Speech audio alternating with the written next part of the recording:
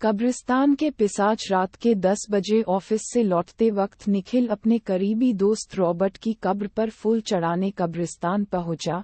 कब्रिस्तान के सामने अपनी कार पार्क करके उसने कब्रिस्तान पर एक नज़र डाली। रात के वक्त पूरी तरह सुनसान था, इतना कि हवा झोंके से पेड़ से गिरने वाले पत्तों की आवाज भी उसे साफ सुनाई दे रही थी। उसने कब्रिस्तान में जाकर अपने साथ लाए हुए ऑर्किड के फूल रॉबर्ट की कब्र पर रख दिए और 2 मिनट मौन करते हुए खड़ा रहा। फिर जब वह वापस बाहर आने के लिए पीछे मुड़ा, तब उसे एक कब्र पर बैठी छोटी बच्ची दिखाई दी। बच्ची के हाथ में एक हरे रंग का कांच का टूटा टुकड़ा था, जिसे वह बार बार आंख पर लगा के आसपास की कब्रों को देख रही थी।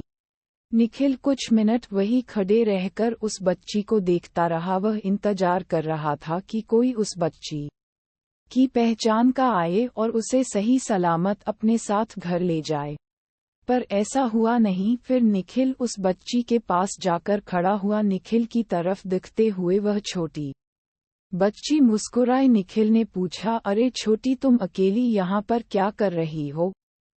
और तुम्हारे माता पिता कहाँ पर है? फिर वह बोली, मेरे मम्मी पापा अगले कब्रिस्तान में गए हैं, वो वहाँ पर रहते हैं। वहाँ से कुछ ही दूर एक और कब्रिस्तान था, इसलिए निखिल को लगा कि बच्ची शायद उसी कब्रिस्तान के आसपास कहीं रहती होगी। इसे शायद ठीक से पता याद नहीं होगा। फिर निखिल ने पूछा कि तुम यहाँ अकेली क्यों बैठी हो?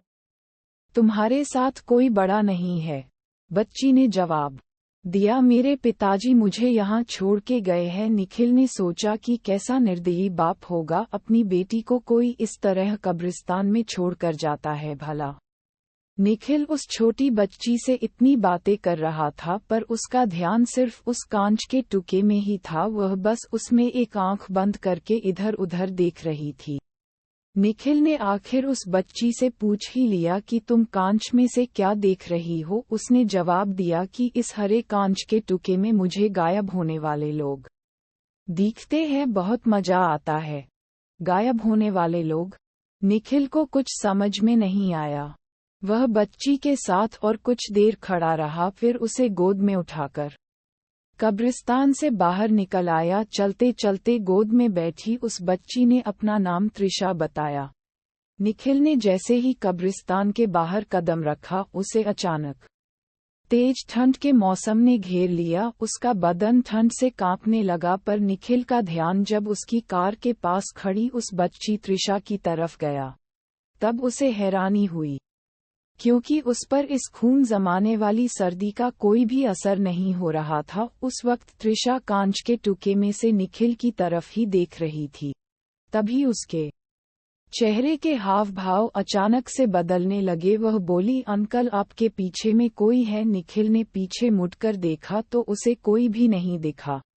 उसे लगा कि त्रिशा शायद मजाक कर रही होगी। फिर वह बोला, त्रिशा बेटा, चलो गाड़ी में बैठो, मैं तुम्हें तुम्हारे घर छोड़ देता हूँ। उसी वक्त त्रिशा बोली, अंकल, आप भी कांच से गायब होने वाले लोगों को देखो ना।